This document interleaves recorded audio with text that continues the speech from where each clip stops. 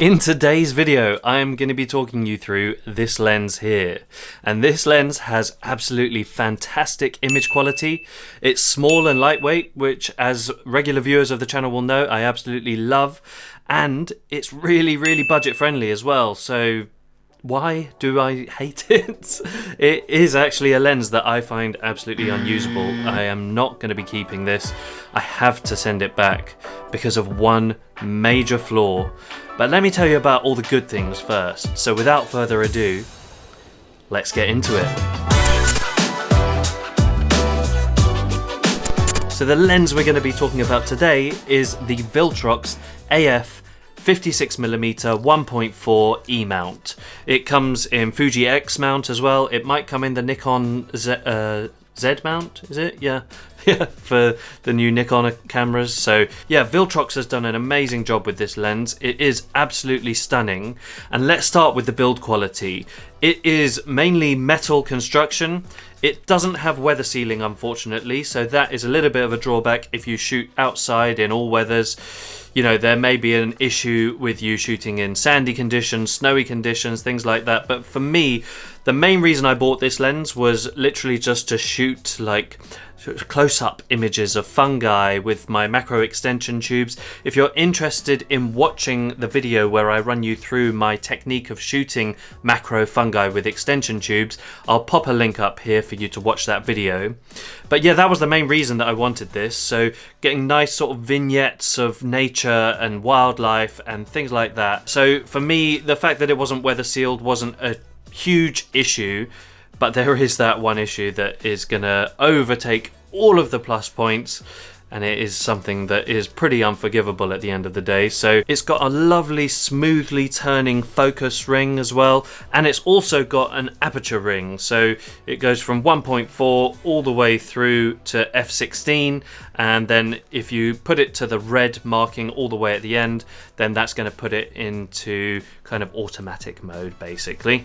So Viltrox actually sent a few more things in the box with this. So it's got the usual things you'd expect, like a lens hood, lens cap, things like that. But it's also got a filter in there. So it's just a UV filter. Basically, that's going to protect the lens from things like scratches, dropping it, things like that. So it's nice that they include that. It's got a little bag for the lens, so that's nice if you travel with it and you maybe don't have the lens in something like a nice camera bag or a camera case. You know, you can put it in there, and that's quite a nice little thing to add to it. And it's got a lens. Wait. It's got a lens cloth as well. So yeah, quite a few little extras in there. Some of them, you know, you may expect. Some of them you may not feel are that useful, but it's nice that they include them anyway, and it makes it feel like a much more premium product when you're getting a few little extra things in there on top of just the lens. So frequent viewers of the channel will know that I absolutely love hiking with my camera, which means that I need it to be nice and small and compact and lightweight. So anytime I'm looking for a lens these days, I am looking at the weight. You know, there are lenses out there that their image quality is absolutely stunning, but they also weigh a ton as well. So luckily, this one only weighs 290 grams. So like I said, it is metal construction, so that's why there is a bit of weight to it, but it is very, very nice and small and compact. And that weight is not too much for me, and it's not something that I would take on any long distance hikes because it is so niche, having that one focal range, which is the 56mm. And you know I love shooting with a more of a zoom range on those long distance hikes to give myself flexibility. But if I was going out to kind of just shoot some local nature, some, like I said, fungi, that sort of thing, then this is going to be a nice small compact lens to kind of take around with you. So it's a win in terms of size and weight, to be perfectly honest. So again, it's doing really well. It's actually a really, really well thought out lens so far. The price of this lens is also really, really good. You really can't beat it on price. In terms of a 1.4 aperture crop sensor lens, this is actually really good. You know, there's absolutely nothing wrong with the price. So it's £279 at the moment here in the UK. I paid a little bit less because I got it on sale, but the current price, if you look on Amazon as of this recording date, it's £279. So that's really not much considering the image quality that you get with this. The autofocus is lovely and quick, so it's pretty much as good as a native Sony lens. So anytime I've used this, the autofocus has been lovely and quick, changing between scenes. So if I'm shooting something really close to me and then I move over to something that's a bit further away, the autofocus has found my subject nice and easily. So that is really not an issue with this. So the last good thing to talk about before I get to that really bad negative is the image quality. The image quality, I have been really pleasantly surprised with this. Yeah, this is a nice balance in terms of size and weight to image quality. You can get some fantastically blurry backgrounds. The bokeh is absolutely stunning with this. It's amazingly sharp as well. So the images that I've shot with it, especially when it's stopped down a bit, they're beautiful. You know, they're really, really nice and crisp and sharp.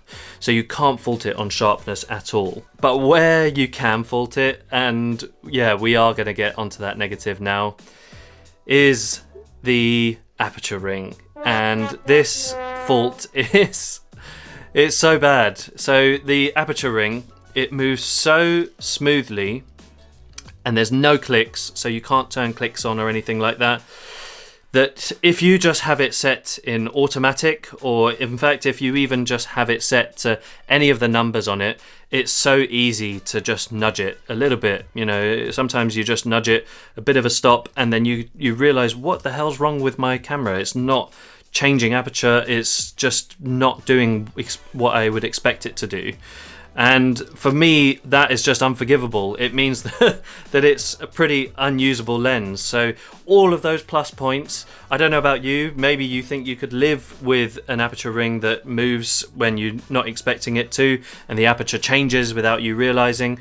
But even with all of those plus points, for me, that makes this an unusable lens. So like I say, I am going to have to send it back, unfortunately. So as much as I've loved using it and I've loved the images that have come out of it, it's meant that, you know, unfortunately it's going to be going back, and it's something that is very regretful because I really wanted a 56mm 1.4 lens.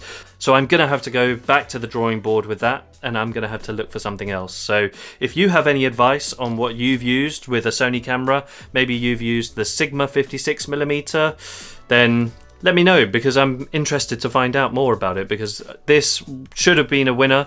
You know, the price to weight to image quality ratio was so good with this. If they'd have just made the aperture ring a bit stiffer or clickable, or to be able to lock into automatic mode and not be able to be moved out somehow, then this would have been a real winner. But for me, yeah, it's a loser, unfortunately. So yeah, sorry about that, but yeah, all of those plus points, they don't come to anything in the end. So if you've enjoyed this video, please give it a like and subscribe to the channel if you haven't already, and hit the bell if you want to stay up to date on everything that's happening with the channel. Thank you guys, take care, bye.